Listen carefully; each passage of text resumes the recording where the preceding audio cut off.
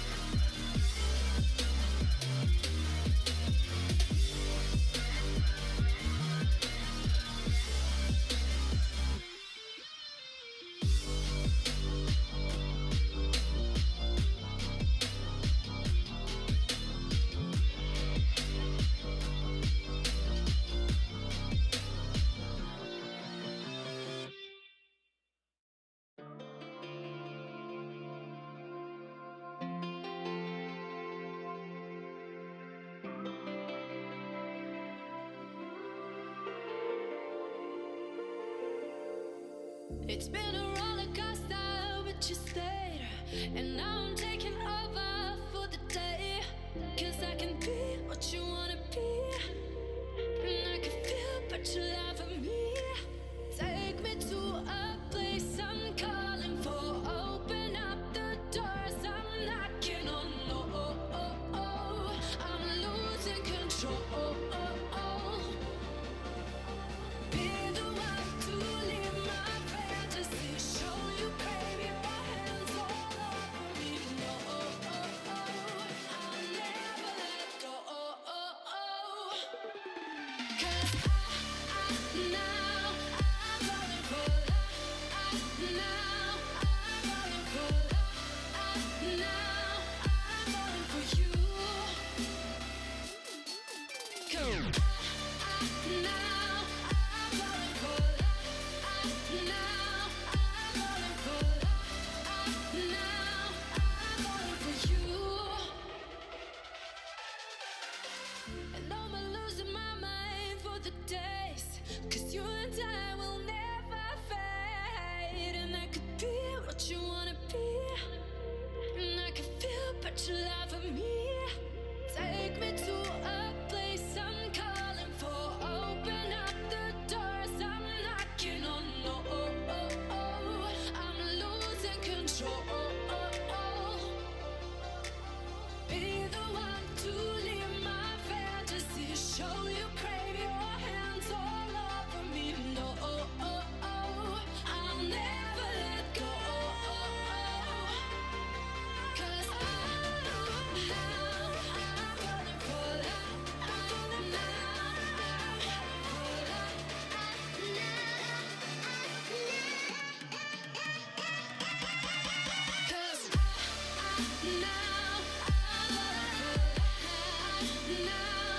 falling for love. Now I'm falling for you. 'Cause now I'm falling for love.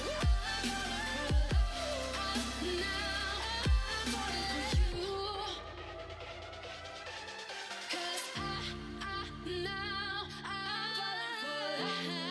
Now I'm falling for love. Now I'm falling for you.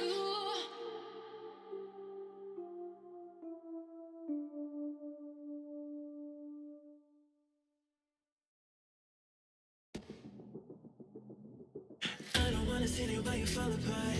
Even though you told me to get back your heart, I still spin inside your orbit. Yeah. You say that I should probably start to walk away. I'm hoping that you stop and make me have to stay. 'Cause I'm floating in your orbit.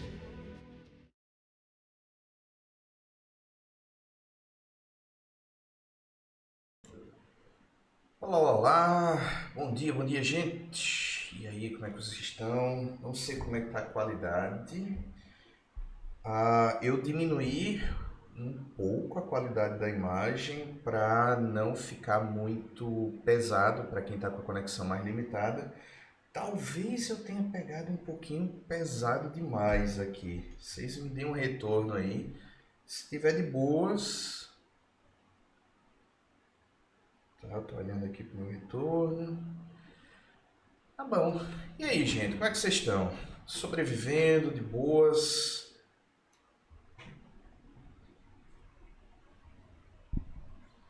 Tá certo. Acho que aqui tá ok. Deixa eu mudar aqui a mensagem.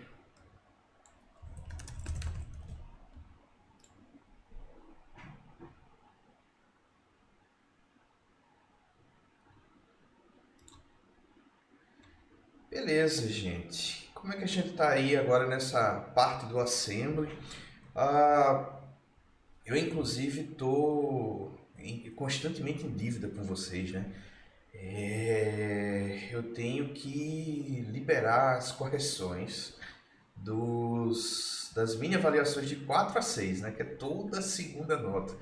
Aí eu vou ver, tá? Se eu consigo fazer isso no fim de semana. Eu vou tentar Do contrário, a ideia é eu liberar esses resultados para vocês pelo menos até terça-feira, para a gente não ficar naquela situação meio bizarra de a gente tá entregando mais uma nota e não recebeu a anterior, né? Então, tentar liberar para vocês isso antes.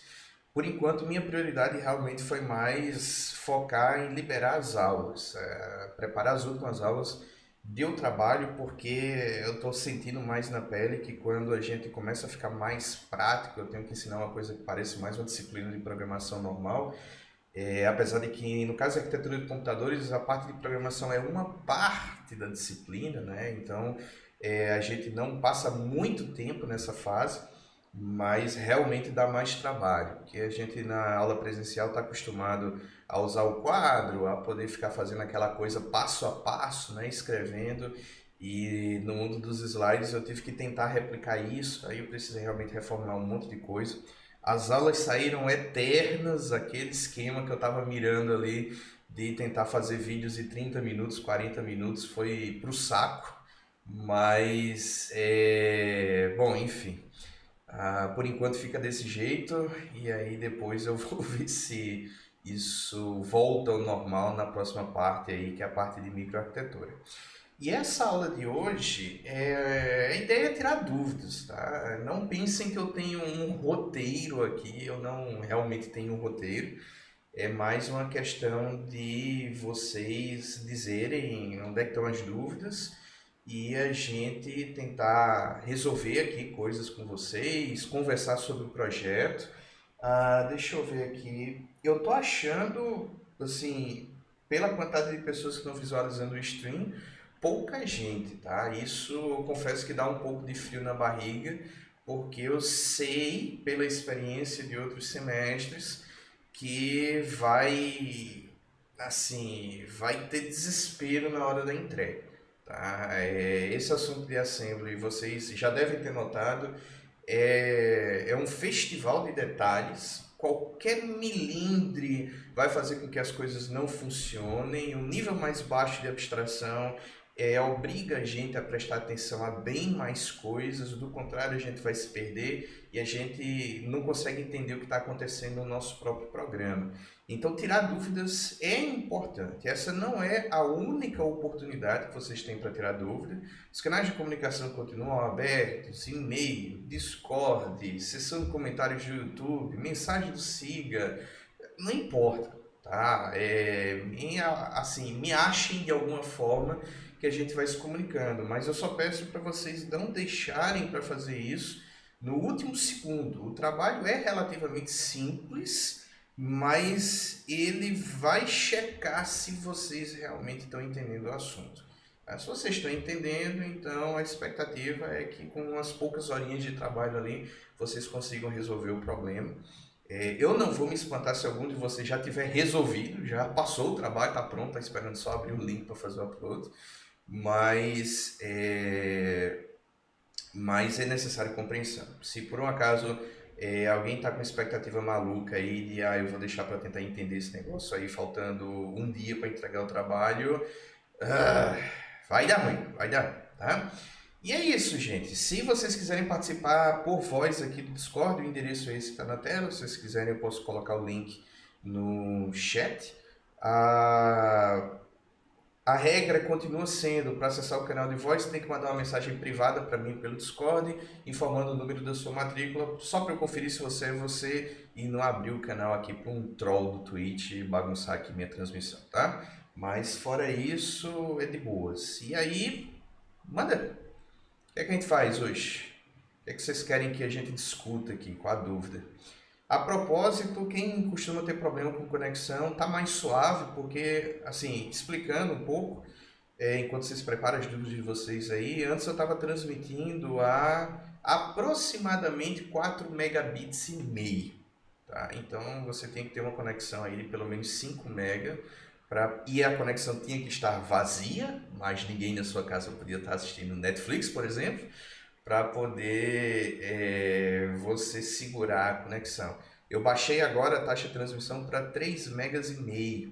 Eu acho que não vai comprometer muito a qualidade, apesar de que já é visível, né? Eu cortei aí sei lá, uns bons 20%, 25% dos bits, mas como eu não estou transmitindo nada com muita movimentação, então não tem muito problema, eu acho. Mas me avisem se isso surtiu efeito, tá? Se quem tinha problema de conexão, a conexão ficou um pouco mais suave.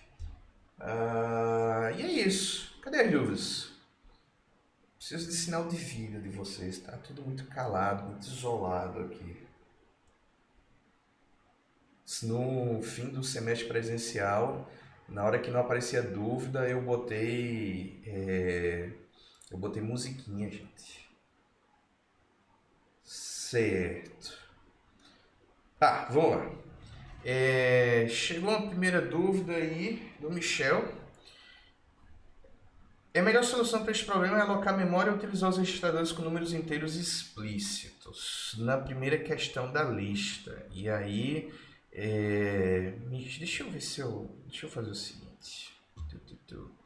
Eu vou ter que mostrar para vocês logo como é que está o caos aqui na minha tela. Deixa eu compartilhar minha tela inteira aqui.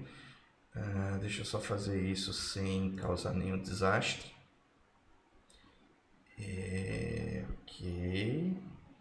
Ok. Só um segundinho. Isso aqui vem pra cá. Não tá o caos na minha frente aqui.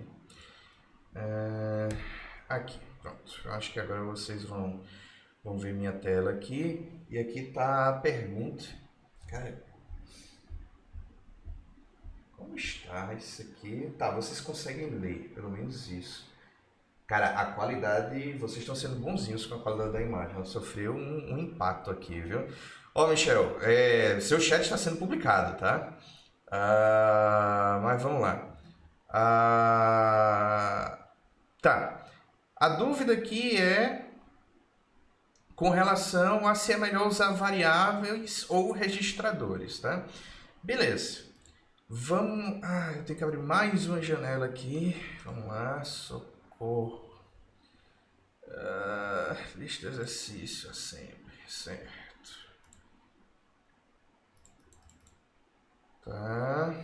Tá, essa é a famosa lista de exercício aqui de vocês. Deixa eu montar o chat de vocês aqui do lado. Então, a primeira questão é somar os 100 primeiros números, né? Beleza. E aí o que vai acontecer em um cenário mais realista, se a gente está fazendo a implementação de programar entrada de dados, por exemplo, pela console, a gente imagina que esses dados eles vão ser disponibilizados em um primeiro momento na memória, tá? Então, eu acho que a forma mais realista da gente fazer isso, sem forçar muito a barra, é o dado inicial, tá? Um dado inicial, por exemplo, se a gente considerar uma entrada para esse programa, do jeito que está especificado, esse programa não tem nem entrada. Simplesmente execute o programa, mostre o somatório aí de 1 a 100 e acabou-se, né? Bom, se não tem nem entrada, então realmente usar variável pode ser opcional. Você pode utilizar os registradores e garantir que o seu processamento vai ser bem mais rápido. Usar variáveis eu só vou recomendar para buscar um valor inicial ou para escrever um resultado final. Cálculo de resultados intermediários, por exemplo, enquanto você está fazendo 1 mais 2 mais 3 mais 4, daí esse armazenamento não deve ser em memória, porque operações com a memória, elas, pelo menos em princípio, vão custar mais caro. Tá? É claro que vocês a essa altura já sabem que a memória cache pode diminuir consideravelmente esse custo, mas ainda assim o custo é maior do que se você mantiver resultados intermediários em registradores. Então, se você está partindo do pressuposto de que seu programa não tem nenhuma entrada de dados ou saída de dados assim para realmente justificar uma escrita na memória, então você pode fazer todo esse processamento com processadores, tá bom? Não sei se eu com processadores não, inclusive esse é um hábito bem chato que eu tenho. Eu fico o tempo todo trocando processador com registrador, porque essas palavras rimam, tá? Com registradores, o processador está fazendo tudo. Tá, deixa... Não, eu tô com medo, cara, de... Ok, obrigado por nada. Então vamos lá, vamos por partes aqui, vamos para nossa programação aqui, tá? Se eu for resolver isso aqui no MASM, como é que eu vou fazer? Deixa eu ver se minha memória tá boa, vamos lembrar aqui do ritual inicial, porque uma coisa que vocês podem fazer é simplesmente ter um esqueleto de um programa, né? E toda vez que for fazer um novo programa aí no MASM ou no MASM, começar desse esqueleto, né? Que é basicamente o cabeçalho, o rótulo principal do programa, talvez a chamada de encerramento do processo no final do programa, ter tudo isso pronto para, enfim, vocês focarem somente no programa em si. Mas geralmente o nosso ritual é primeiro informar que a gente está trabalhando no modo protegido. Me digam aí depois se a fonte está legível, se vocês conseguem acompanhar o que eu estou digitando aqui, tá? Me deem feedback, pelo amor do guarda, é angustiante aqui não ter o feedback e não saber como está esse negócio lá de vocês. Mas é eu dizer que eu quero trabalhar na versão mais nova de processador que esse MASM, que esse Assembler suporta, tá certo? E também que eu vou executar o meu programa no modo protegido, esse programa vai ser executado no modo usuário e por aí vai. Eu preciso dizer que o modelo de memória que eu vou usar é um modelo flat, onde dados e instruções eles estão no mesmo espaço de endereçamento. A convenção de chamadas, agora eu posso ser um pouco mais claro com isso, se vocês assistirem a bendita aula de pilhas lá, né?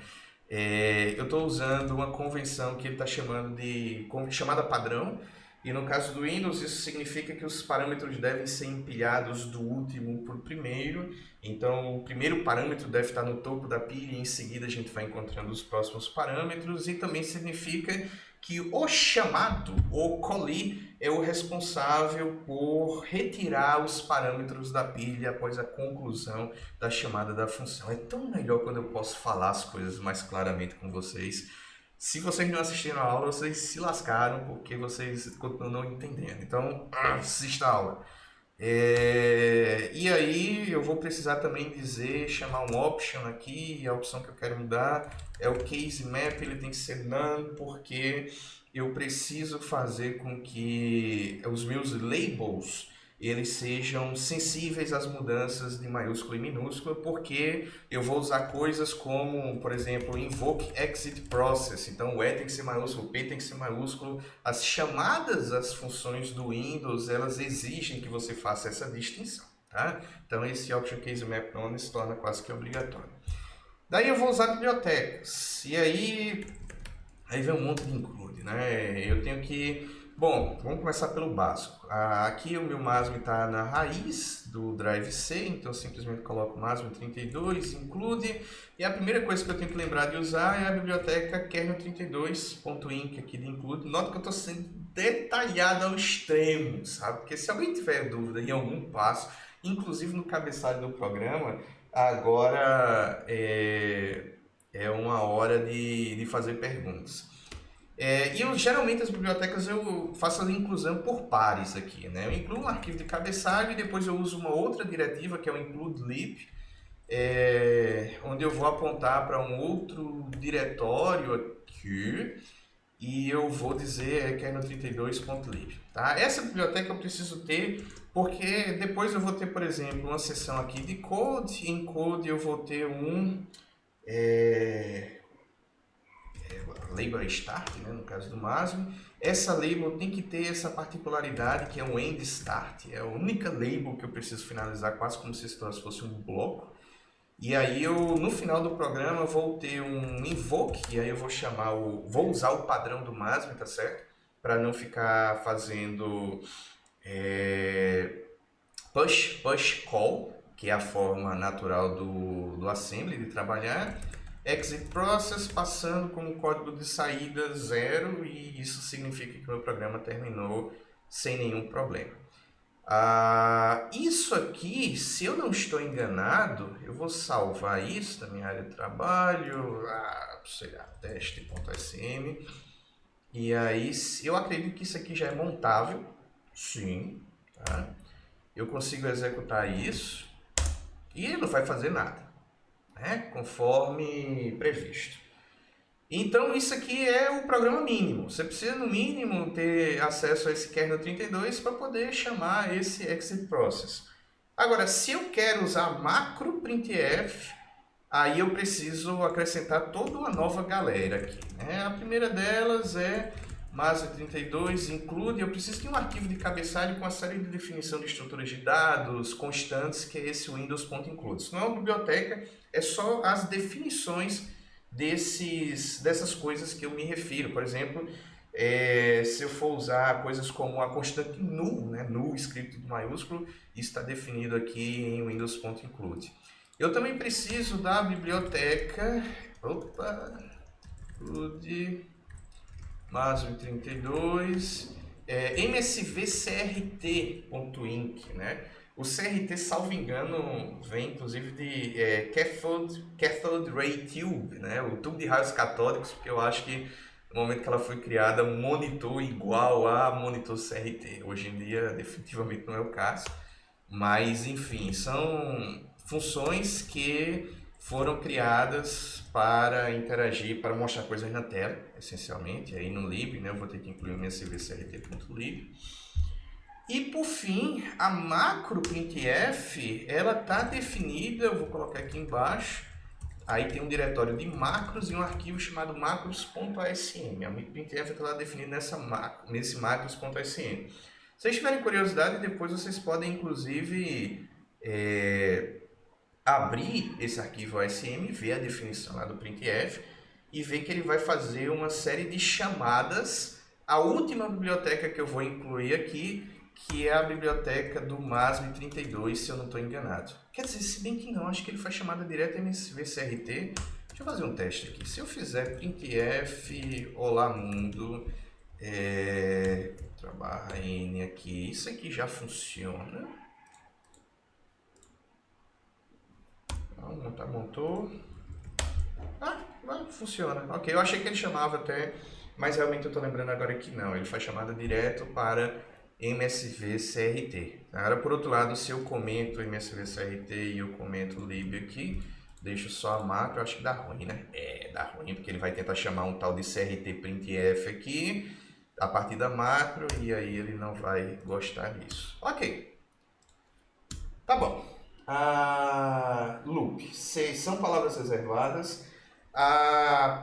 Não vou dizer palavras reservadas, talvez até sejam, eu confesso, eu não tenho a lista toda na minha cabeça, mas se não for, existe sempre a possibilidade de esses nomes simbólicos já terem sido utilizados em alguma biblioteca que você está referenciando, certo? E aí esses nomes eles precisam ser únicos. Então, por exemplo, você incluiu aqui kernel 32 msvcrt, eu vou fazer uma besteira aqui, macros. Se alguém dessa galera utilizou, né, um label loop, então você pode ter um conflito aqui, tá certo? Ou realmente pode ser o caso de palavras reservadas, mas você tem que ter muito cuidado com esse tipo de coisa. O fato é, a gente precisa estar atento. Se a gente vê que, por exemplo, inserimos um label ou definimos um nome de variável e as coisas começaram a se comportar de forma não muito boa, então a gente precisa trocar o nome, tá? Beleza. Então tá. Aí o que a gente precisa fazer? Aí nesse caso da primeira questão, a gente precisa fazer um somatório de 1 a 100. Então vamos fazer o seguinte, eu vou fazer uma convenção aqui, tá? EAX vai ser o acumulador, ou seja, vai conter o resultado da soma, ok? O A, inclusive, do EAX vem de accumulator. E eu vou usar o SX, vai ser o contador. Então, como eu tenho que somar 1 mais 2 mais 3 mais 4 até 100, então eu preciso de um registrador ou uma variável para fazer o papel dessa contagem. Então, eu vou acumular o resultado da soma. Por exemplo, o acumulador, quando eu fizer 1 mais 2, o resultado que eu vou ter é 3. Então, eu vou acumular o 3 lá. Aí o contador vai mudar para 3. Aí eu vou fazer 3, que é o acumulador, mais 3, vai dar 6. Isso vai ficando em AX. Então é importante, uma das coisas para a gente não ficar doido é definir exatamente, se a gente está usando registradores, então qual é a função do registrador em um dado momento, certo? Ok, então eu faço bem em inicializar EAX com 0, meu acumulador. Eu poderia fazer move para EAX 0. Cacoete de programação em assembly diz que é mais eficiente eu fazer shor EAX. A maioria dos materiais que vocês consultarem, eles vão sugerir que você inicialize dessa forma, porque isso aqui, o que vai acontecer por exemplo, se eu estou rascunhando tudo aqui direto no código fonte, eu tenho um shor de 1010 com ele próprio.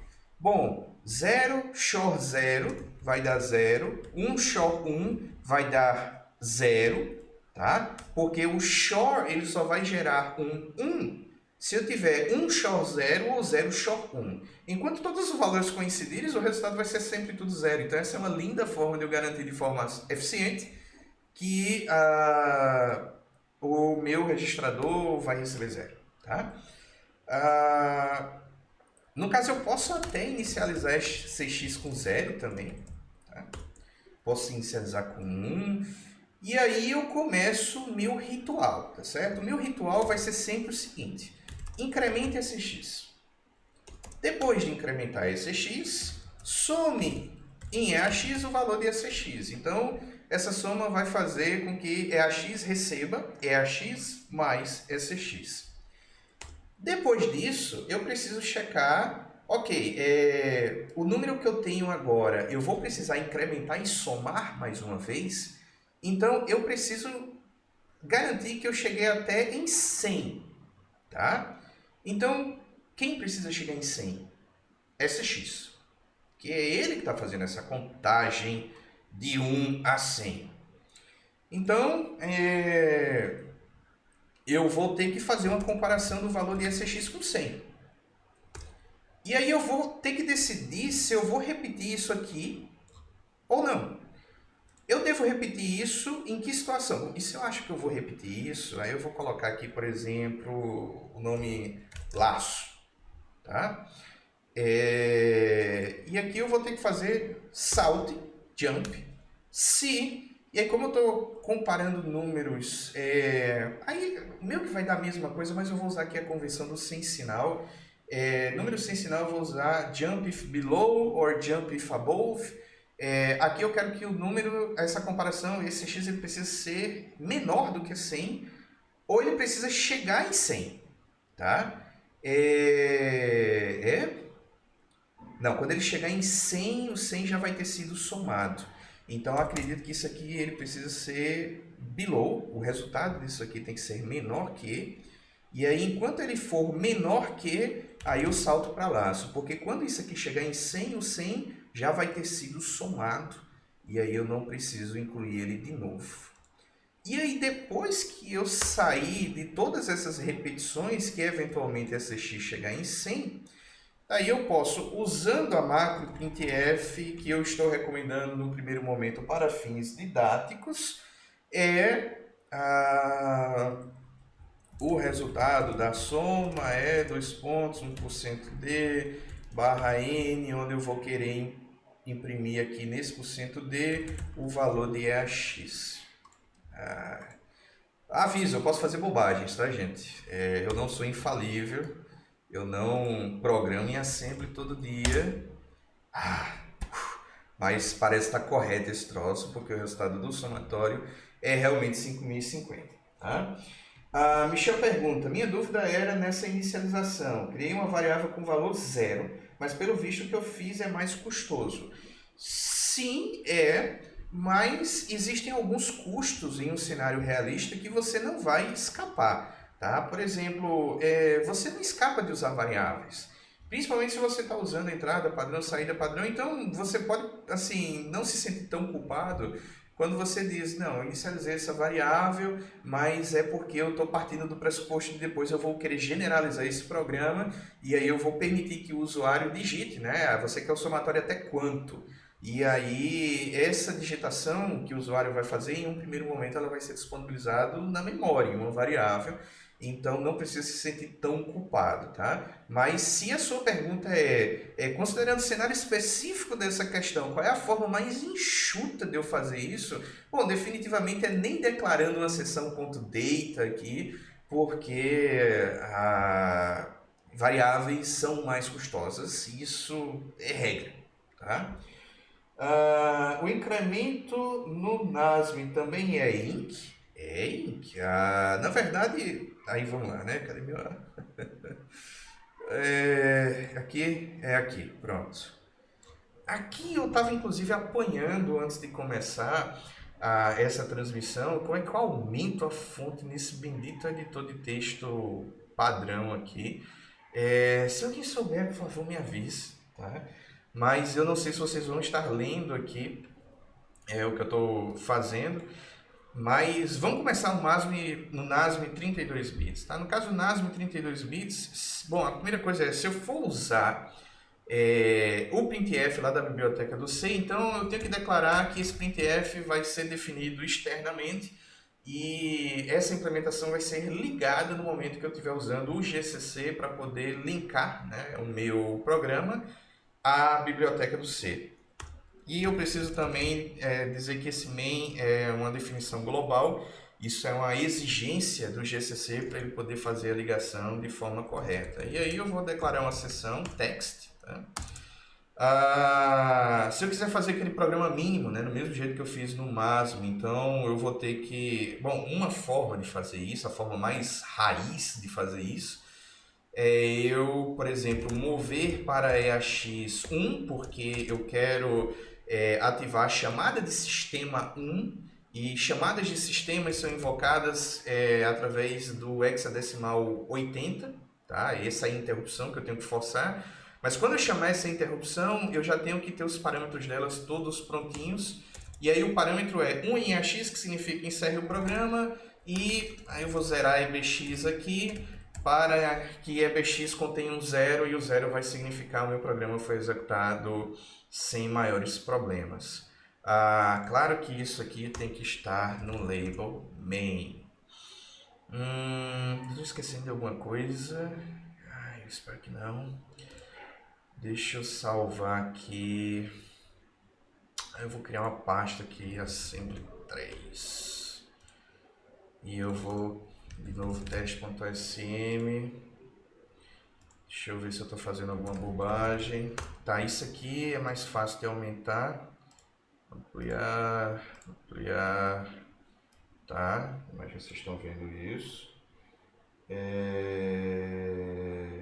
Tá, peraí que eu já vejo aí as dúvidas de vocês, tá?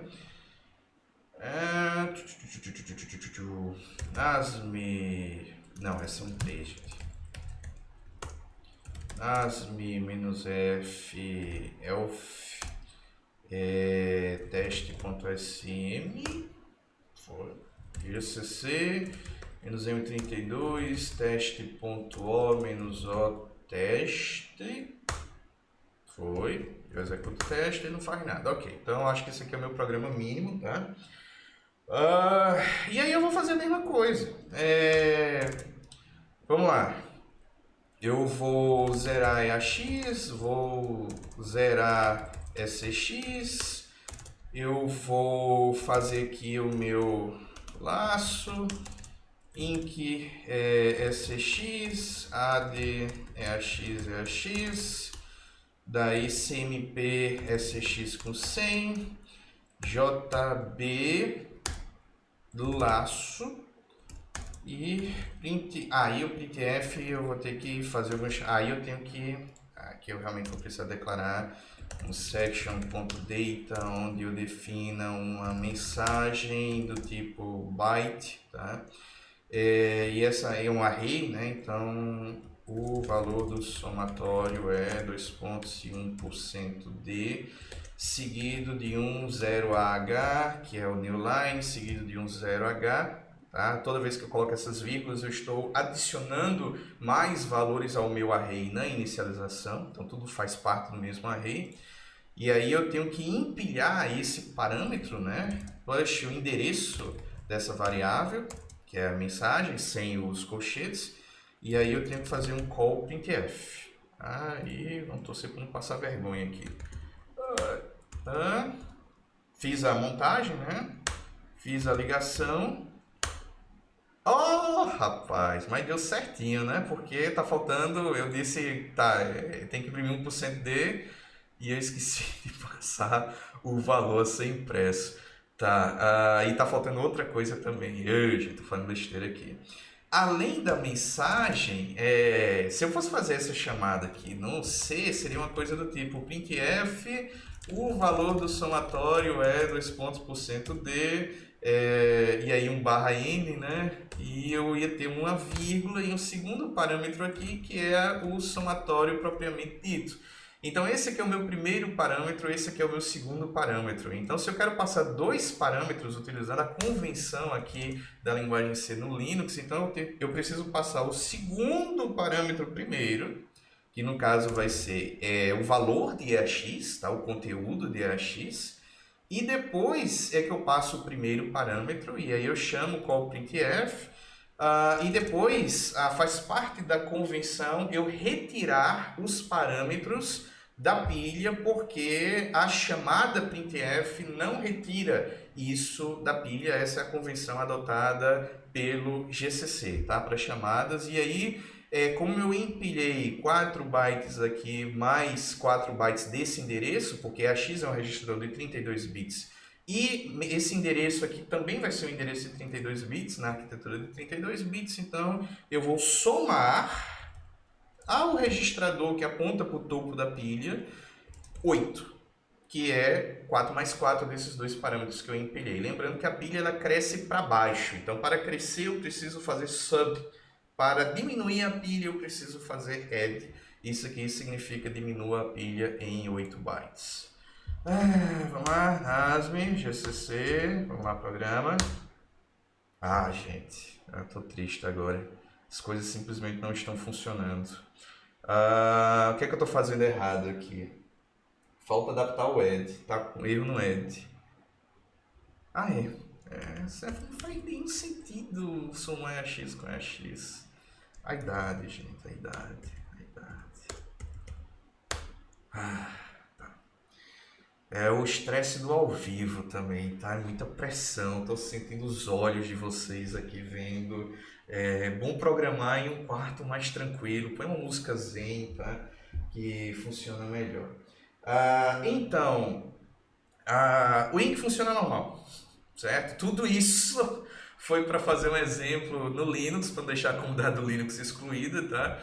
E dizer que isso, enfim, funciona igual, a instrução é a mesma, isso aí não é uma instrução do sistema operacional, é uma instrução do processador. Que mais?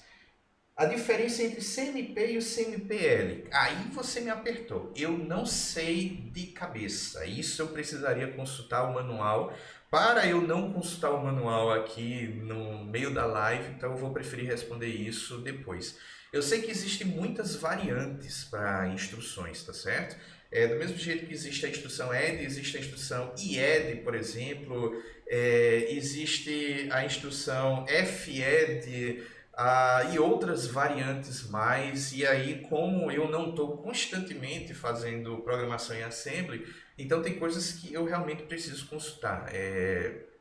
Eu posso consultar e depois tentar te dar uma luz, mas para isso eu vou pedir para você mandar uma mensagem depois, porque aí eu vou dizer logo de cara, nem arrisco dizer o L, não sei se é de long aqui ou qualquer coisa do tipo, ou low, mas eu tenho que consultar. Tudo que eu falar agora seria realmente um chute. Tá? Eu perdi alguma dúvida ou está tudo certo? Vocês estão acompanhando, estão entendendo isso aí direitinho? Funcionaria sem desempilhar? Sim, porém você faz um programa que é mais suscetível a problemas, tá? Se você a cada chamada está deixando lixo na pilha, você está correndo um risco de você ter um estouro dessa pilha bem voluntário, tá? Se o teu programa está rodando, por exemplo, ali há muito tempo, eventualmente esse programa vai dar crash. Inclusive, é uma coisa que vai ser semelhante, se não for igual, tá? A um vazamento de memória, por exemplo. Então, não é bom, tá? Porque se você não tirar, não vai ter outras coisas do programa para tirar. Aqui não é Java, não existe garbage collector aqui, então realmente pode, com o tempo, ser problemático. Em alguns exemplos, eu acho que até nas aulas escapou um outro exemplo em que eu não retirei isso. Eu tinha até que ter tido mais cuidado. Essas aulas de assembly são candidatas a serem regravadas no futuro. Mas se você está realmente programando sério, então você tem que desempilhar. E isso é um hábito que é bom a gente cultivar, certo? Implicitamente falando, o programa já sabe onde está o topo da pilha. Implicitamente, sim, porque ele vai consultar sempre o conteúdo do registrador ESP. Você em nenhum momento precisou informar que o topo da pilha está em ESP, tá? Mas, fora isso, não. Fora isso, ESP é um registrador que você tem um controle. E você pode, inclusive, quebrar o seu programa se você mandar o ESP apontar para um endereço absolutamente aleatório. E aí o teu programa vai quebrar, tá? Então, tem essa responsabilidade no assembly. Ele te dá flexibilidade, mas, por outro lado, ele também transmite a responsabilidade para você, certo? Que mais? Deixa eu ver aqui. O que é que tem de interessante na lista? Essa segunda questão ela é muito boa, sabe? É mais para a gente ter uma ideia de como trabalha o compilador, né? O que é que o compilador está fazendo. Mas eu tenho que ter 3 coisas na memória. Esse exercício aqui, ele é mais para forçar você a trabalhar com a memória, porque isso, enquanto variáveis em uma linguagem de alto nível, aí sim, realmente tem que ser na memória. Você não declara variáveis que vão... essa variável aqui é um registrador. Na linguagem de alto nível, você não faz isso. Isso quem decide, no fim das contas, é o compilador ou o interpretador que você está utilizando. Então, se você quer replicar isso, e aqui eu vou voltar para o mundo do Windows, então, deixa eu apagar isso aqui, começar a reciclar código agora. Aqui eu tenho que fazer um ponto data, e aí eu tenho que ter, e essa é outra coisa também, tá? O primeiro risco que a gente tem é existe uma variável A, do tipo dd inicializada com 0, por exemplo, B com 0, C com 0.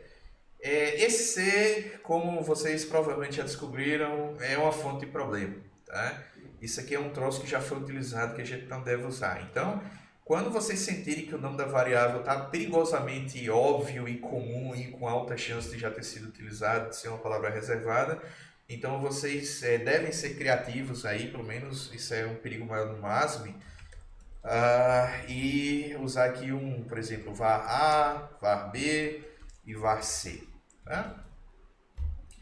E aí a questão pede que B e C contenha qualquer valor, tá? E aí a gente pode definir esses valores na inicialização, e isso aí vai ser somado com uma constante 100, e esse resultado tem que ser guardado em A, né?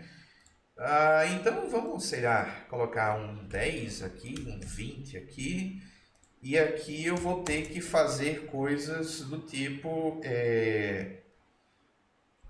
adicionar. Não, primeiro, se isso são variáveis, eu preciso trazer as variáveis para dentro do registrador. Então, tem um move obrigatório aqui que eu tenho que fazer, por exemplo, para EAX, traga-me o valor de var A. Aí agora eu quero somar var A com var B. Óbvio, deveria ser óbvio, tá certo? Que eu não posso fazer coisas do tipo add var A, var B e depois add var A, var C. Isso é tentador, mas a Intel não deixa. Que a Intel ela já é boazinha, permitindo que você coloque uma variável como um dos operandos da instrução soma, certo? Vai ter arquiteturas, e a próxima arquitetura que a gente vai estudar na parte de microprogramação, microarquitetura, vocês vão ver que ela já não vai permitir isso. Um add tem que ser sempre com registradores. Precisa somar alguma coisa que está numa variável? Usa uma instrução do tipo load, para trazer o valor dessa variável para um registrador e aí depois você soma, tá? Mas a Intel, ela diz, você pode trazer o valor de uma variável para N instruções, mas você só pode trazer o valor de uma variável. É um acesso à memória por instrução. Então é por isso que, bom, faz bem eu mover o valor de A para EAX, assumindo que A será... se bem que talvez aqui eu nem precisasse desse, porque A ele vai receber o resultado dessa soma necessariamente. Então eu vou fazer o seguinte, eu não vou trazer o valor de A não, eu vou só jogar o valor em A. Eu vou trazer o valor de B para EAX, depois eu vou somar em AX, que nesse momento contém o valor de B, o valor de C. Agora eu posso, porque agora é uma instrução com um registrador e uma referência à memória. E aí eu preciso jogar esse valor na variável A. Tá? Então, esse resultado, que agora está em AX, ele precisa ser movido para a variável A. Pronto. E agora eu posso, só para garantir que está... Não posso ainda, gente. Que dê o 100. Tudo isso aqui tem que ser somado com mais 100. Agora sim, né? O valor da variável A é 2% D. E aí eu posso passar aqui, por exemplo, a variável A, o conteúdo dela. E eu acredito que isso aqui vai imprimir a variável A. Ok. 130, que é 10 mais 20 mais 100. Tá certo. Tá? Essa live vai ficar disponível? Vai ficar disponível no YouTube, certo? Vai ser mais... eu já estou com quase 1 hora de transmissão, vai ser mais um longo vídeo, mas aí as lives, elas são longas. Eu até perguntei para vocês, ei gente, vocês estão achando as lives muito longas? A resposta geral de vocês foi, tá de boas, em geral, né? Alguns de vocês, claro, discordaram, mas falando da maioria, a maioria disse tá ok, então tô deixando a live longa. Ok? O que mais? Que a gente tem aqui? Escreva um programa que leia 2 constantes inteiras e imprima o maior dentre os 2 números informados. Se os valores forem iguais, o programa pode imprimir qualquer uma das variáveis. Tá. Vamos ficar alternando aqui. Deixa eu ir aqui voltar aqui de novo pro mundo do Linux. Aqui no Linux, se eu for resolver esse problema, deixa eu resetar aqui o programa para a forma mínima dele de novo, né? Que é essa aqui. Mas na versão... Vamos agora para a versão 64 bits. Tá? Pronto. Na versão de 64 bits... Se eu quisesse ser realmente super assim, precavido, eu posso mover para o registrador RAX, zerar o registrador RBX. Na verdade, essa interrupção, se eu não estou enganado, ela precisa somente da parte bem significativa desses registradores, mas eu acho que a gente não tem um custo maior se a gente estiver trabalhando com a versão completa dele. Tá? Eu acho que o processador não realmente faz uma diferença. E eu vou chamar o mesmo 80H, sendo que na hora de gerar esse programa, né, eu tenho que, vou dar um clear aqui, eu tenho que ter alguns cuidados. O NASM vai precisar utilizar um outro formato para o arquivo OBJ, que aí pode ser o ELF64, teste.sm, tem que salvar isso aqui, né, bota salvo, ok. Aí a forma de linkar, eu não preciso usar o M32, porque agora eu não estou fazendo uma referência a uma máquina de 32 bits. Esse sistema operacional que eu estou usando é 64 bits, então tá ok.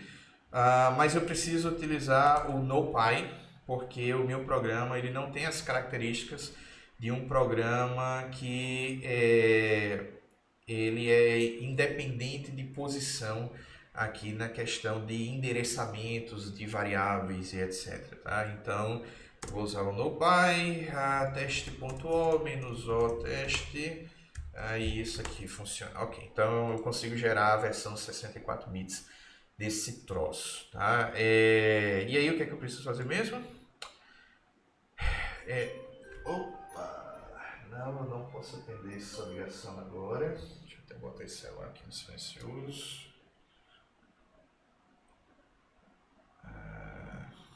Vamos lá. Tá. Eu tenho duas constantes numéricas inteiras. Tá? Ok, então se eu tenho duas constantes, então eu vou fazer aqui uma seção inicializada, section data, e aqui eu posso botar um, sei lá, primeiro é o número de... se eu quiser um número de 64 bits, bem que vai ser um exagero, deixa eu botar 32 bits, eu vou fazer um int lá da linguagem C, mesmo na arquitetura de 64 bits, o int é 32 bits, tá? E o meu primeiro número aí vai ser, sei lá, 30, e o meu segundo número vai ser 40. Tá. E aí eu preciso comparar uma coisa com a outra, né? Então, o que vai acontecer aqui? Bom, eu vou mover um número para um registrador. Vamos mover esse para EAX aqui. Esse primeiro. Mas EAX e 64 bits, cara, eu posso usar EAX na versão de 64 bits sem nenhum problema. Tá? Faz mais sentido. Eu poderia fazer uma coisa do tipo, traga para RAX esse valor, né, do primeiro, sendo que como um keyword, né? Isso aqui no MASM seria keyword PTR. No NASM é só keyword, e aí ele vai trazer essa representação como uma representação de 64 bits para ficar compatível com o tamanho desse registrador. Mas se eu não vejo necessidade de fazer isso, certo? Eu posso trazer primeiro aqui para EAX. Eu vou fazer uma comparação de EAX com o segundo. Aí eu posso fazer isso, né? Porque é só uma referência à memória. E aí eu tenho que fazer algumas coisas, né? Eu tenho que dizer... Qual é o meu objetivo?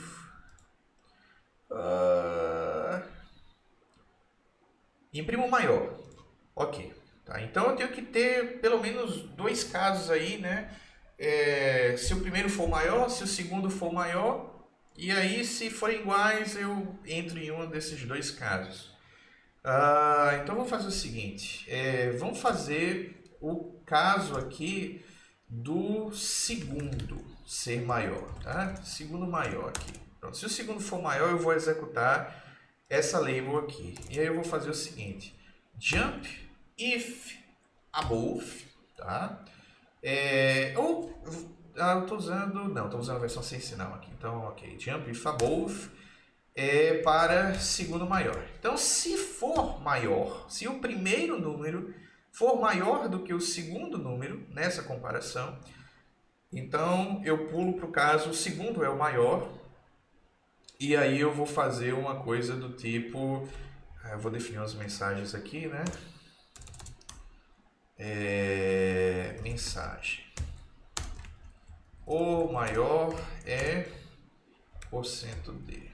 E aí, 0h, e aí eu vou fazer um printf, aqui no final, até, eu vou colocar call printf, o primeiro parâmetro é o que vai ser empilhado por último, aí eu vou fazer o seguinte, eu vou fazer um push mensagem, mas esse push mensagem é o segundo parâmetro, o primeiro parâmetro tem que ser empilhado por segundo, tá? O segundo parâmetro é o número que eu quero imprimir. Então, eu vou ter que jogar esse número na pilha. Bom, no caso em que o segundo número é maior, aí eu vou fazer o seguinte. Coloque na pilha como segundo parâmetro o conteúdo de segundo. Deixa eu ver isso aqui. Agora eu fiquei com uma dúvida. Se o printf ele vai considerar esse segundo parâmetro como o número de 8. Aqui nesse caso eu acho que eu vou fazer o seguinte, eu vou referenciar isso aqui como keyword, tá?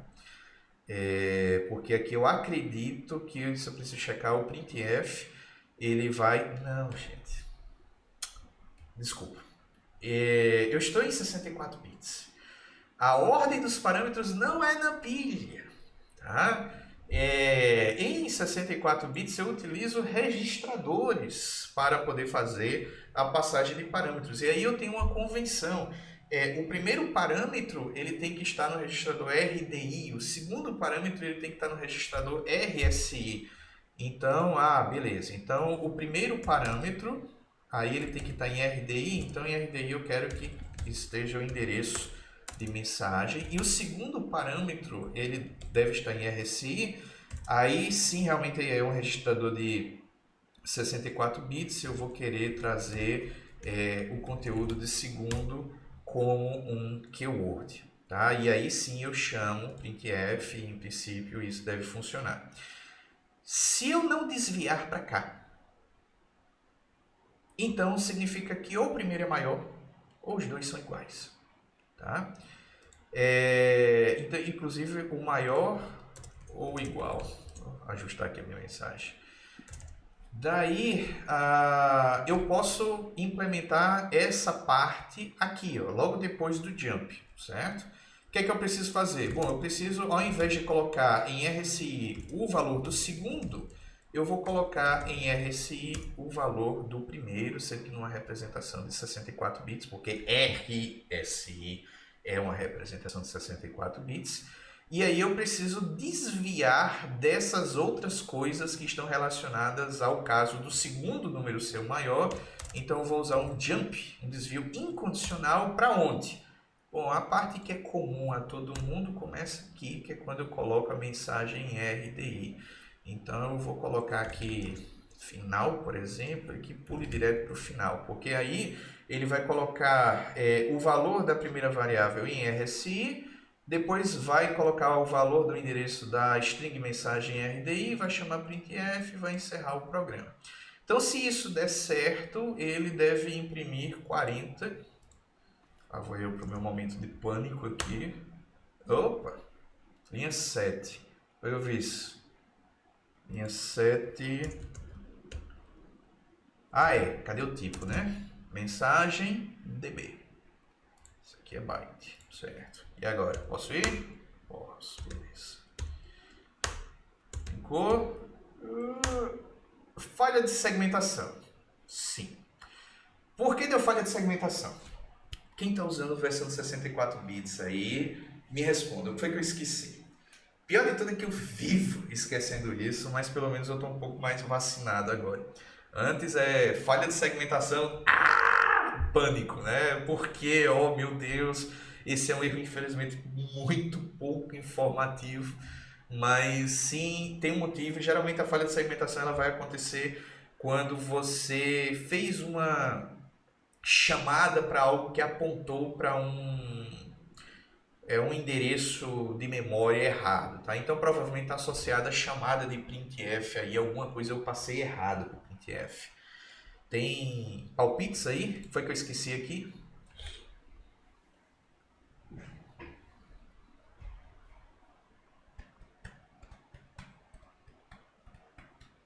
Sem palpites? O que é que eu esqueci? O que é que está errado? Dica tem a ver com a convenção utilizada na versão de 64 bits. Eu já ia cometer um erro, né, que é passar os primeiros parâmetros na pilha. A pilha é até usada em 64 bits, mas é para os casos em que você tem, sei lá, sexto parâmetro, sétimo parâmetro, mas acho que os primeiros 5 parâmetros são todos para registradores. E aí tem uma listinha, tá? A convenção de chamada, versão 64 bits, para, por exemplo, ligar com a biblioteca do C, aí ele tem, sabe, o primeiro registrador é RDI, o segundo é RSI, por aí vai. Mas tem uma outra coisa também que eu preciso definir aqui. O que é? Sem sugestões? Não? Tem a ver com EAX. O problema é que a EAX, RAX, na verdade, ele tem um propósito também aqui nessa chamada, que ele contém quantos registradores XMM você vai usar para essa passagem de parâmetros, você vai usar algum, tá? Então, Se você não coloca nada em AX e AX tem alguma coisa aleatória, então vai dar problema. E AX nesse caso aqui tem um valor de primeiro que é 30, né? Então é quase como se eu fosse usar 30 registradores XMM, tá? Então eu preciso zerar AX antes de fazer a chamada para o printf. Então antes desse printf também faz parte do ritual um shore RAX com RAX, certo?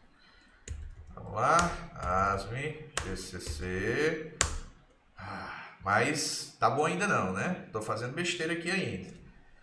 Ele tá dizendo que o maior é 30. Foi o que eu fiz.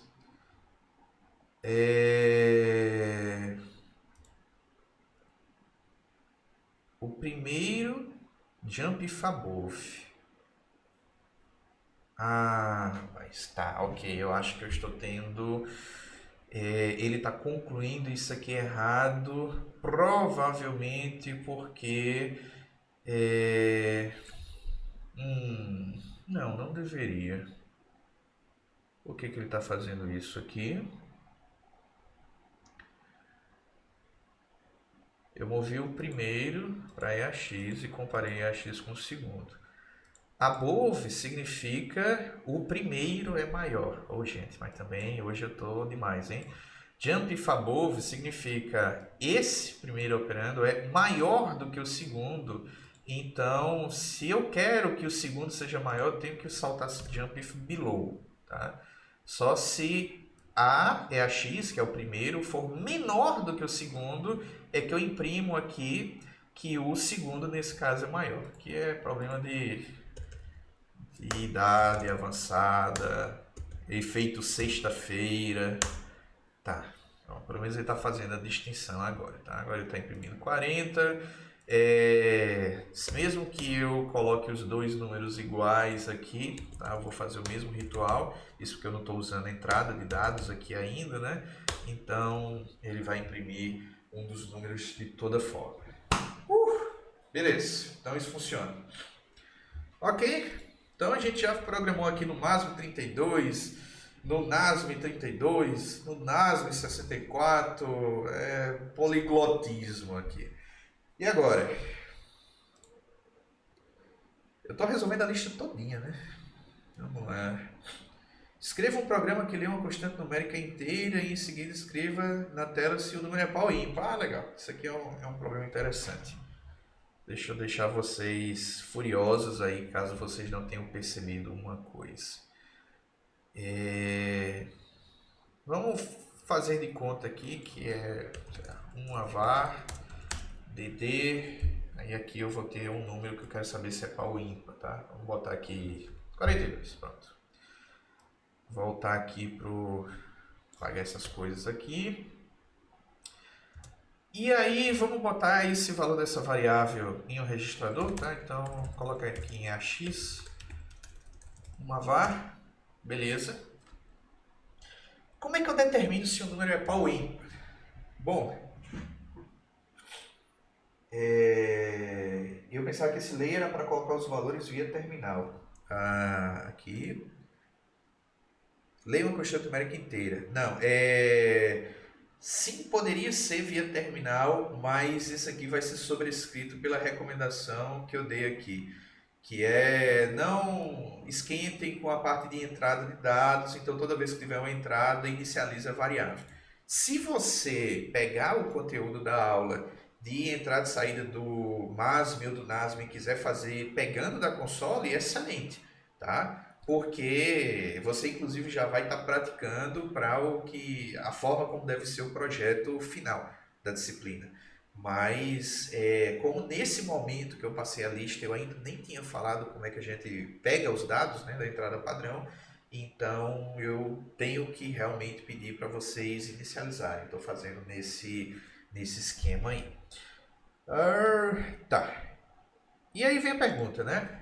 Como é que a gente sabe se um número ele é par ou é ímpar? Deixa eu usar o meu remédio para desobstruir o nariz aqui, que eu estou começando a ficar fanho porque a alergia está comendo solta aqui. Haja poeira, sujeira, fim de semana vai ter que ser um fim de semana de limpeza aqui no apartamento, cruz credo. Como é que eu sei que um número ele é par ou ímpar? Bom, eu tenho um método alto nível, que é dividir o número por 2 e ver o resto. Se o resto da divisão for 0, significa que o número é par. Se o resto for 1, significa que o número é ímpar. Eu posso fazer isso. E se vocês fizeram isso, provavelmente deu certo. Eu espero. Se não deu certo, aí vocês digam aí por que não deu certo, tá? Agora, o método baixo nível de fazer isso é mais eficiente. Porque se você for analisar representações aqui binárias de um número, eu vou representar números com 4 bits. 0 é representado assim. 1 é assim. 2 é assim. 3 é assim. 4 é assim. 5 é assim. Vocês reconhecem um padrão? 6 é assim. 7 é assim. 8 é assim.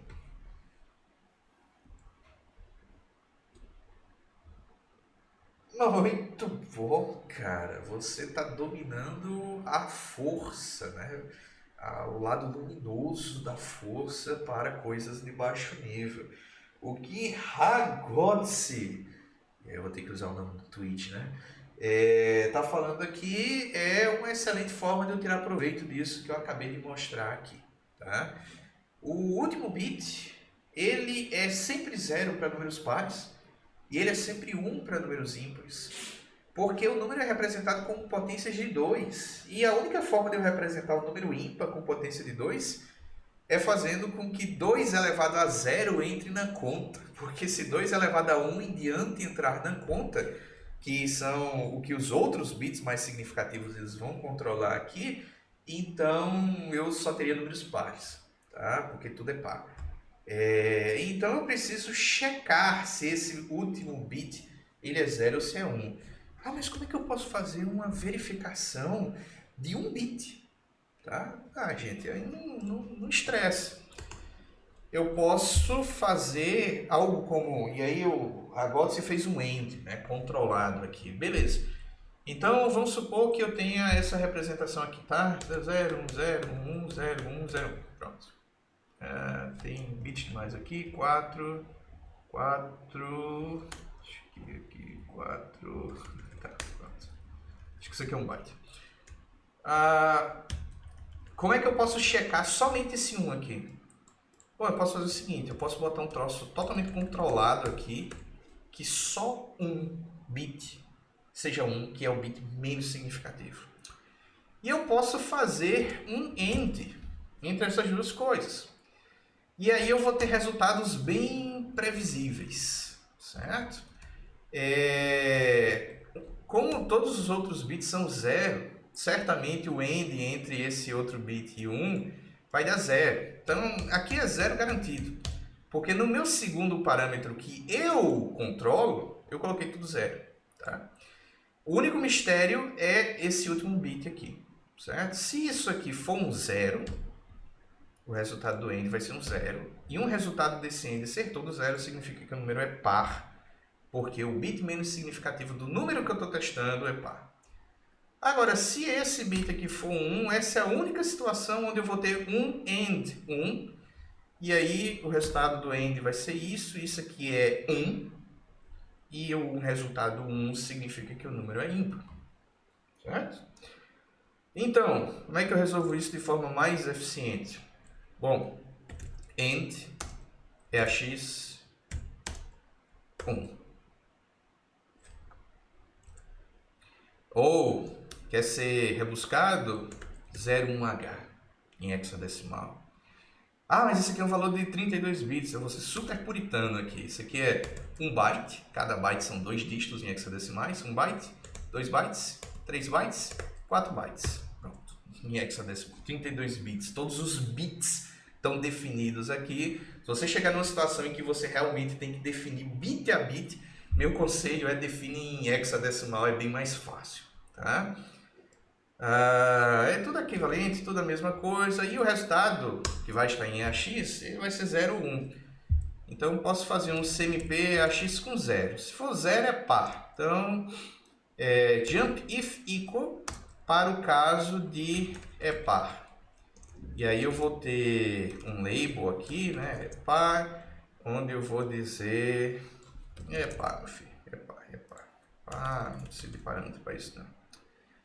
Se não for par, então eu posso já colocar um macro printf aqui dizendo é ímpar. Então é ímpar. Sendo que eu tenho que ter cuidado para pular o caso do é par, senão ele vai dizer é ímpar e é par. O meu está imprimindo 2, o meu programa está doido. Não está doido, ele está seguindo a sequência que você pediu para ele seguir.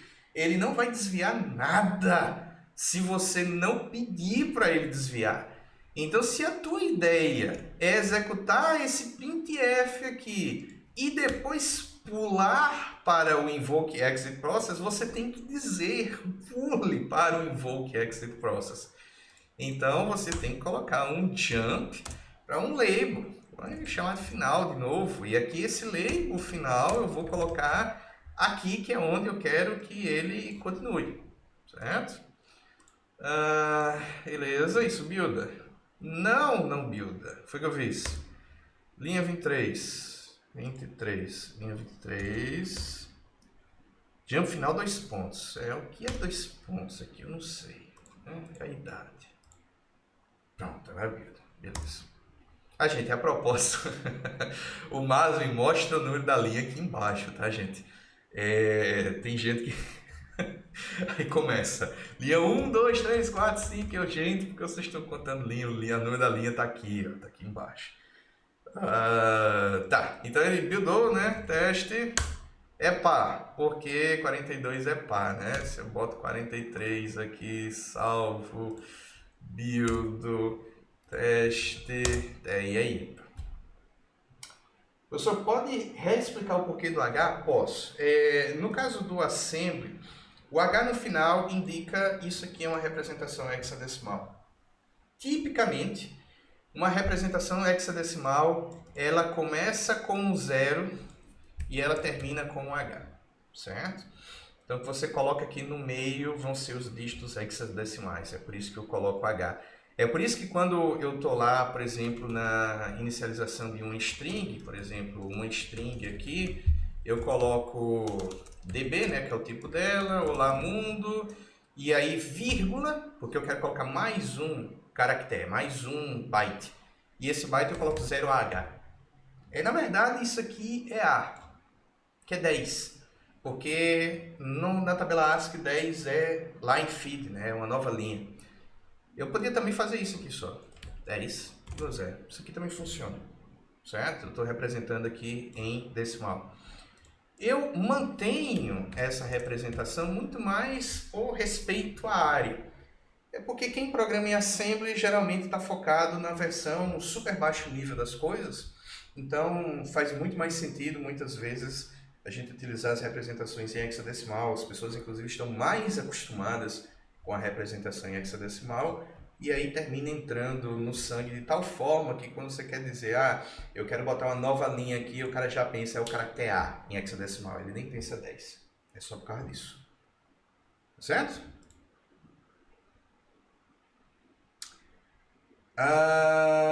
Beleza.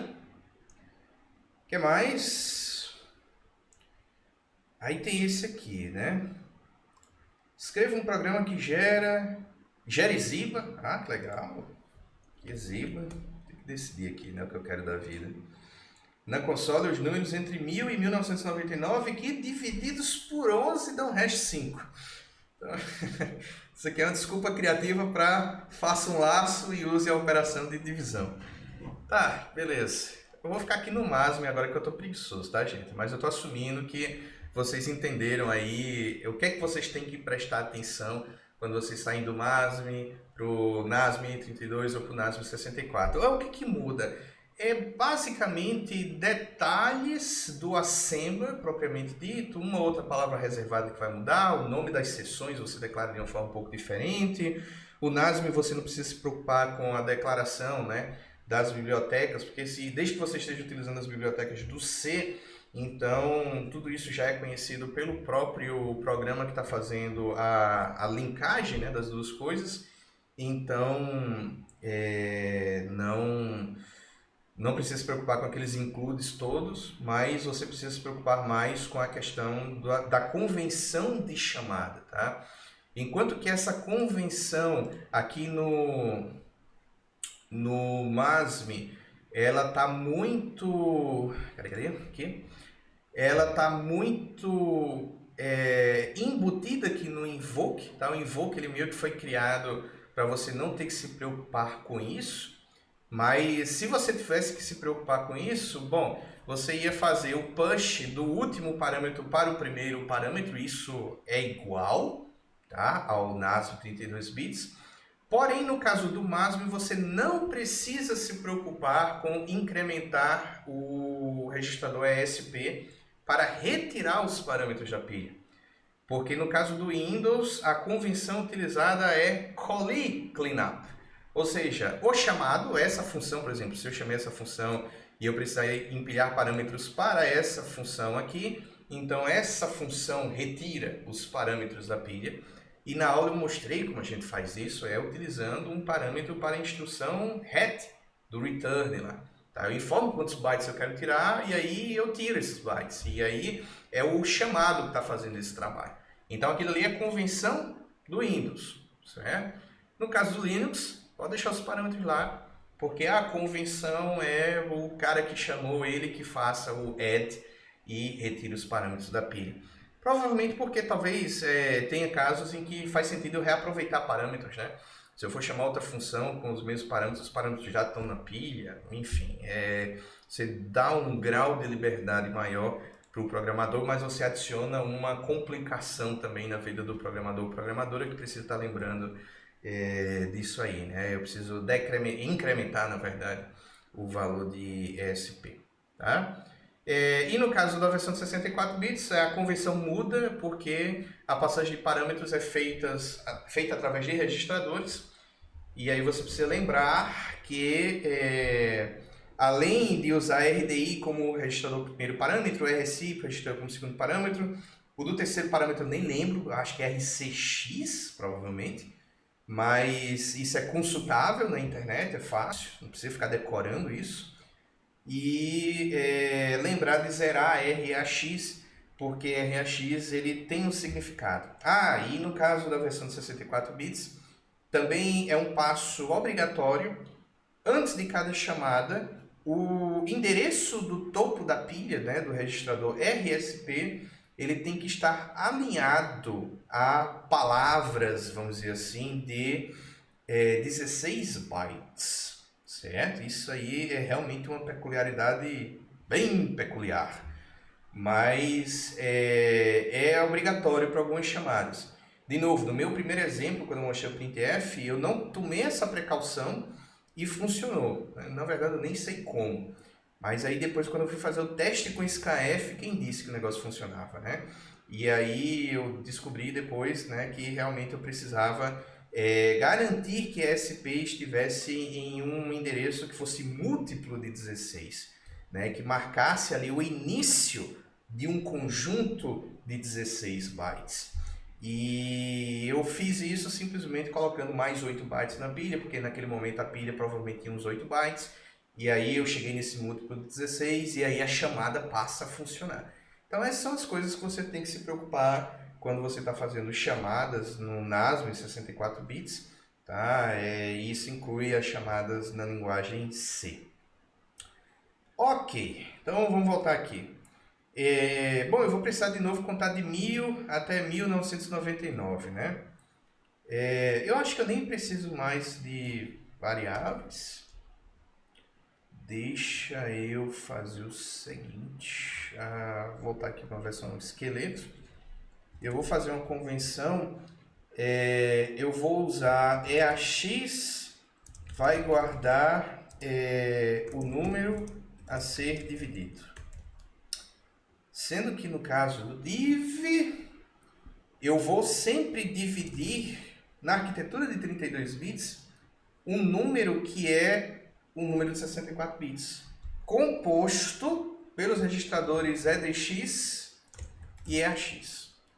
Se você esquecer disso e deixar lixo em EDX, dependendo da divisão que você fizer, o resultado vai gerar um estouro de pilha, porque o resultado vai ser maior do que 32 bits.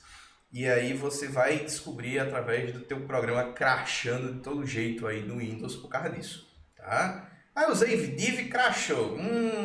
EDX provavelmente precisava ser zerado, tá? Não precisa fazer que nem no vídeo lá e correr, xingar assembly no Stack Overflow. Beleza, e aí EDX então, antes da divisão vai conter 0, depois da divisão vai conter o resto, tá? Porque depois que eu faço a divisão, o resultado da divisão inteira, o quociente vai para EAX e o resto vai para EDX. Eu acho que é só isso que eu preciso controlar, né? E aí, vamos lá, eu vou usar SX de novo, tem SX também, que vai fazer a contagem de 1000 a 1999. Pedi um tempão porque eu não sabia que tinha que fazer SHOR, EDX, EDX nessa questão. Mas está lá na explicação do div. Por isso que, em caso de dúvidas, veja lá a definição do troço, tá? Lembre-se, o que é que eu preciso dividir? Se o que você está dividindo, por definição, é EDX e EAX, cara, vai ser EDX e EAX, quer queira, quer não. Então, se os 32 bits mais significativos têm que estar 0, então garanta que esse troço tem que estar 0, senão vai dar crash. Legal, então vamos lá, né? Eu preciso contar de 1000 a 1999, então vou inicializar SX com 1000. E aí o que eu sempre tento fazer mova para EAX o que tiver em SX, daí zere EDX para não causar uma catástrofe, depois divida por... Aí aqui tem uma particularidade. Divida por quanto? Por 5, é? Por 5. Não, por 11. Divida por 11. Eu tenho que dividir por 11. Eu adoraria fazer isso, tá? Mas se eu fizer isso... immediate operand not allowed na linha 22, que é o meu diff. Então, felizmente, esse erro é, inclusive, muito direto. Você não pode usar um imediato. Você não pode informar o valor do operando direto aqui.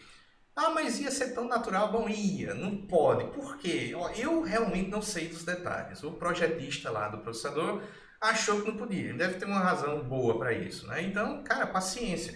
Se você for ver lá nos slides ou no manual dessa instrução, que na dúvida deve ser consultado, então você vai ver que você precisa passar um parâmetro que é uma posição de memória ou é um registrador. Então eu vou ter que fazer algo que é aparentemente estúpido, mas honestamente eu não encontrei uma forma melhor de fazer isso, tá? Se alguém encontrar uma forma melhor, manda e-mail para mim depois. Porque não pensem que eu sou tipo insanamente expert em programação e assembly aqui, tá? Você ser expert em uma linguagem de programação é aquela linguagem que você está praticando constantemente. São relativamente raras as oportunidades que eu tenho de programar em assembly. Quando é necessário o programa, porque eu conheço os fundamentos. E é isso que eu preciso passar para vocês. Vocês precisam ter os fundamentos. Porque quando vocês forem programar, aí vocês vão saber se virar. Agora, se vocês nunca fizeram, não sabem nem para onde vai, aí realmente fica complicado, tá? Então, pode ser que tenha um ou outro aspecto que eu ignore e cada semestre eu termino aprendendo uma outra coisa com vocês também. Tá, e aí eu vou fazer o seguinte, const 11 do tipo, vou usar uma representação 32 bits aqui só para não ficar me complicando com o tamanho do registrador. E eu vou inicializar isso aqui com 11 e eu vou dizer aqui divida por const 11. Tá? Eu não gosto disso também, mas enfim, é o que precisa ser feito. Beleza, e aí a partir do momento que eu chamo esse div, eu tenho o resultado em AX, que eu não ligo, eu só quero saber do resto. E eu preciso checar se o resto é 5, né?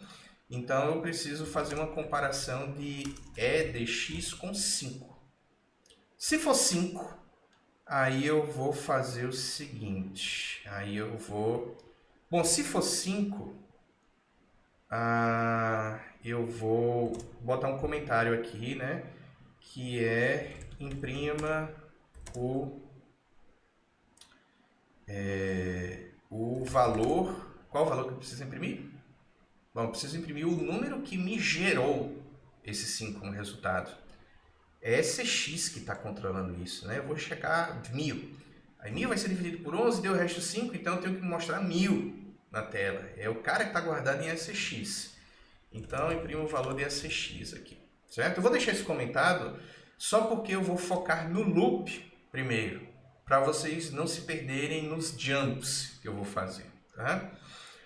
Então, depois que eu fizer essa comparação e descobrir se eu preciso imprimir ou não o valor de SX, eu preciso fazer uma outra comparação, que é, eu preciso repetir ou não esse trecho aqui eu vou colocar aqui meu laço, tá? Eu preciso repetir ou não essas etapas do meu laço. Então, eu vou fazer uma comparação de SX, não, eu preciso incrementar SX, claro, descobrir qual é o próximo e fazer uma comparação. SX, ele está abaixo ou é igual a 1999? Porque 1999 precisa ser incluído nessa história. Então, se aqui eu incrementei SX, deu 1999, eu preciso lembrar que 1999 ainda não entrou nessa conta. Eu preciso repetir isso para esse troço entrar aqui, ser calculado e ver se realmente vai produzir o resto 5 ou não. Então, isso aqui precisa ser below or equal, tá? Se for isso, se for JB, né? Isso aqui é CMP SX com 1999. Se for below or equal, aí sim eu pulo para o meu laço. Se não, eu sigo adiante para encerrar o meu programa, certo? Legal. E agora eu preciso montar aqui uma forma de imprimir esse valor, né? Se essa comparação aqui der igual, eu preciso imprimir. Aí eu vou fazer o seguinte, pule para imprimir. Deixa eu ver que forma eu posso fazer para imprimir isso aqui, hein, gente? Deixa eu pensar aqui um pouco.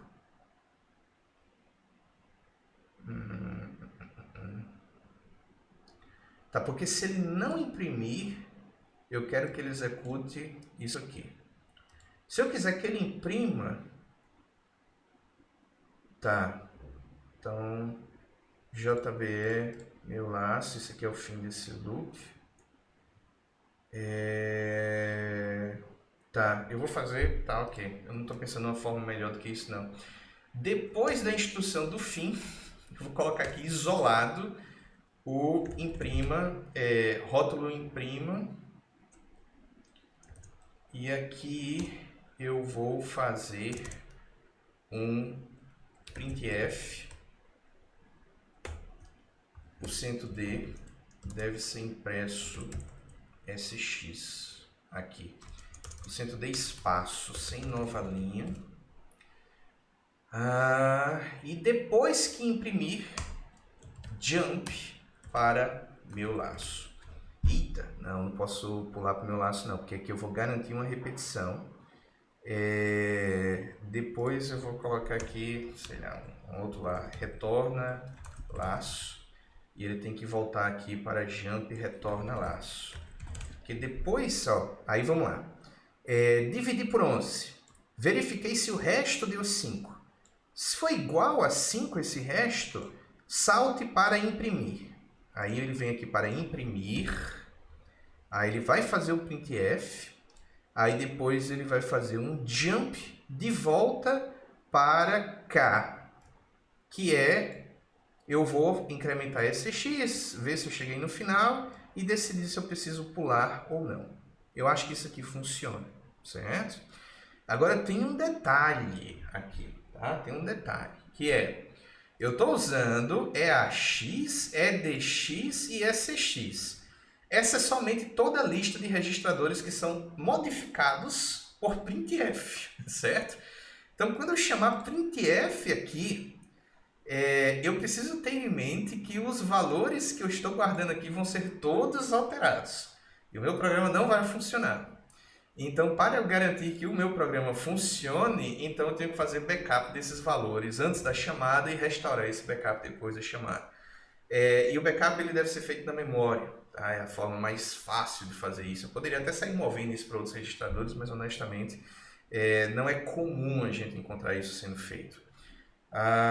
E aí, bom, eu vou fazer o seguinte: push EAX, coloquei AX na pilha, push ECX, push EDX, coloco tudo na pilha. Tá? Chama o printf, aí o printf vai imprimir o valor atual de ECX. Após a chamada de printf, esse valor de ECX provavelmente vai ser trocado. E aí depois eu preciso recuperar os valores dos registradores. Como é que eu recupero isso? Bom, eu tenho que tirar agora as coisas da pilha e colocar de volta em seus respectivos registradores. A última coisa que eu empilhei foi EDX. É a primeira coisa que eu preciso desempilhar, porque isso ainda é uma pilha, certo? Então, pop EDX, pop SX, pop EAX.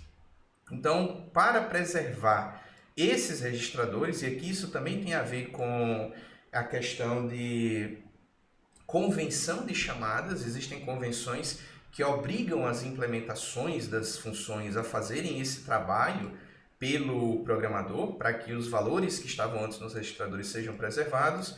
Bom, definitivamente esse não é o caso aqui do printf, da macro printf, tá? Então, se eu tenho valores importantes nesses registradores, eu preciso preservar esses valores.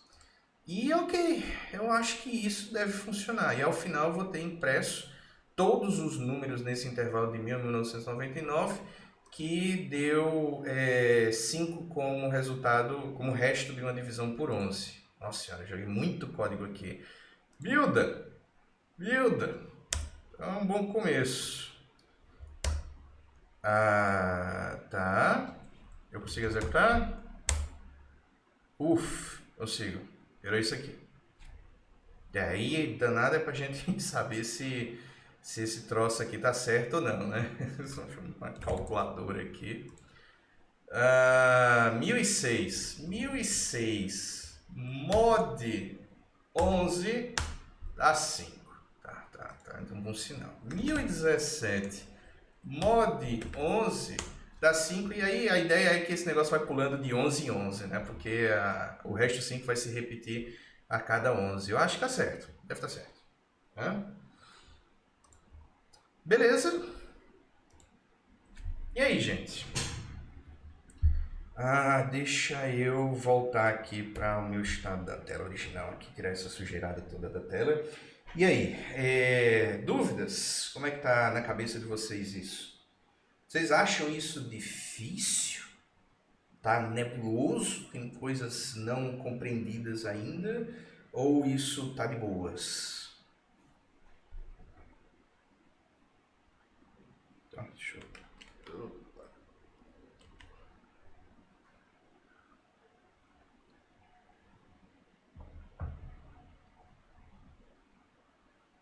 Certo, que bom, essa é a ideia. No mais, vocês precisam praticar, certo? Essa lista de exercícios não foi suficiente. Cara, vocês têm condição de fazer qualquer problema agora de programação. Isso é uma linguagem de programação. Desde que esses problemas não utilizem número de ponto flutuante. A menos que vocês queiram ir aquele quilômetro extra, né? E aprendam como fazer as operações com ponto flutuante por si próprios. Isso não é nada do outro mundo, mas existe um conjunto de regras específicos para isso. Mas programas que utilizem operações com número inteiro, utilizem vetores, que utilizem chamadas de função e procedimento, tudo isso vocês podem fazer. Isso já é boa parte desses conteúdos de cursos de iniciação à programação aí. Eu seria bem mais exaustivo se o nome dessa disciplina fosse Assembly, tá? Mas não é, essa disciplina é Arquitetura de Computadores, então Assembly é uma das coisas que a gente vê, então não posso mergulhar muito não. Mas mesmo não podendo mergulhar tanto, já tem um ferramental bem poderoso aí na mão de vocês, para vocês usarem, tá? A parte de entrada e saída, eu acho que está razoavelmente detalhado no vídeo que eu coloquei no YouTube. Eu não acho que eu precise mostrar tudo de novo aqui. Essa é a maior novidade que vocês deverão incorporar no programa de vocês.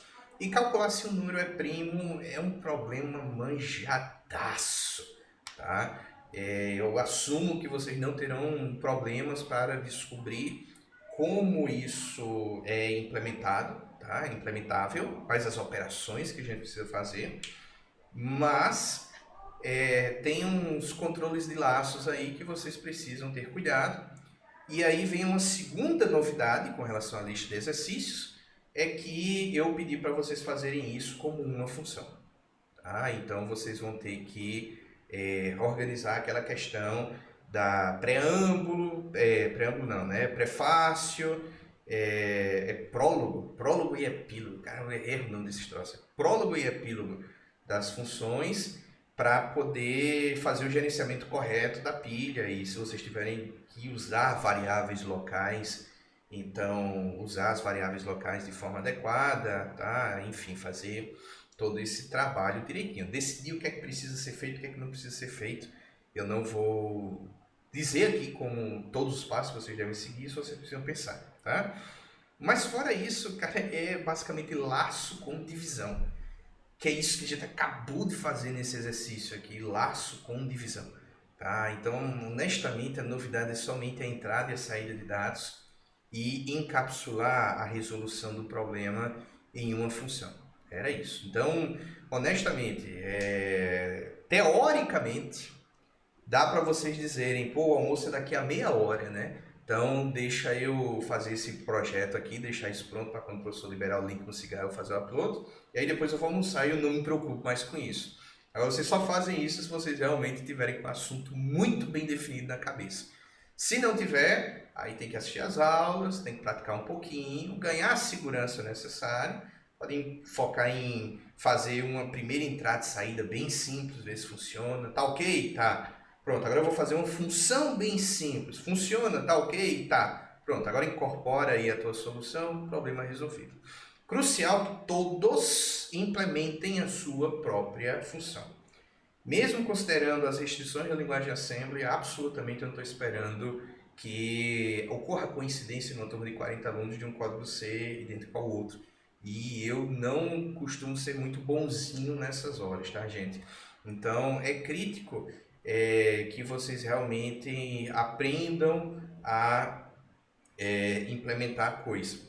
Eu já vou deixar alertado, eu não descarto a possibilidade, em caso de dúvidas, de eu pedir para um ou outro aluno um horário onde a gente vai fazer uma conferência e eu vou fazer perguntas sobre o código e aí eu vou esperar que o autor do código, ou a autora do código, saiba responder a pergunta que eu vou fazer, certo? Sobre o próprio código da pessoa.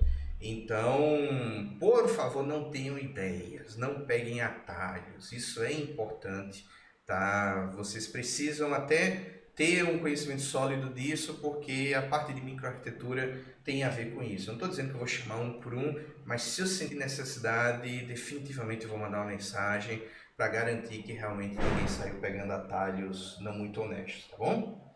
Mas é isso, não é difícil, é estranho para quem está acostumado a programar em alto nível.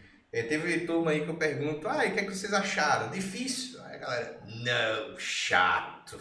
Até eu concordo com isso. É chato, tá? Porque você está tendo que controlar todos os aspectos.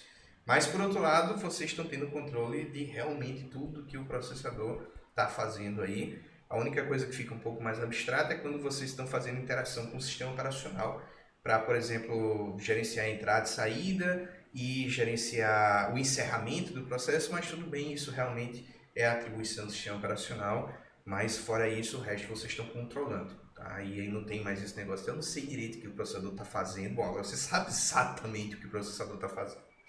Beleza, gente? Podemos encerrar ou alguém quer fazer alguma pergunta final? Meio-dia cravado.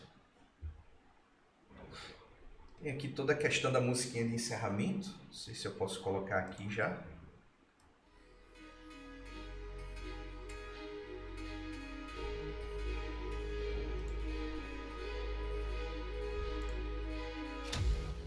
Podemos terminar? Então tá bom. Coincidentemente a musiquinha aqui da animação do Pipeline. Bons tempos. Gente, então era isso. Valeu, obrigado pela presença de vocês. Assim que possível eu vou colocar essa aula aqui no YouTube para quem não pôde participar, né? Poder participar, poder pegar isso aí. E no mais, bons estudos, boa sorte. Vamos tentar cumprir esse prazo aí. O prazo tá apertado? Tá, mas compensação do trabalho tá simples. Então, manda brasa nisso aí e quando tiver dúvida, procure a gente, tá bom? Mas façam antes, não deixem para fazer isso no último momento. Beleza, gente? Valeu! Até a próxima. Tchau, tchau.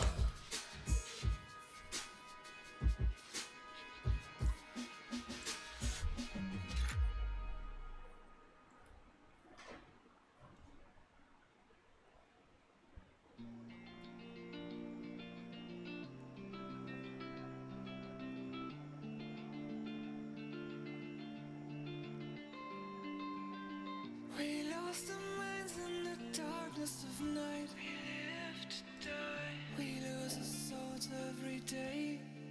We lost our minds. We don't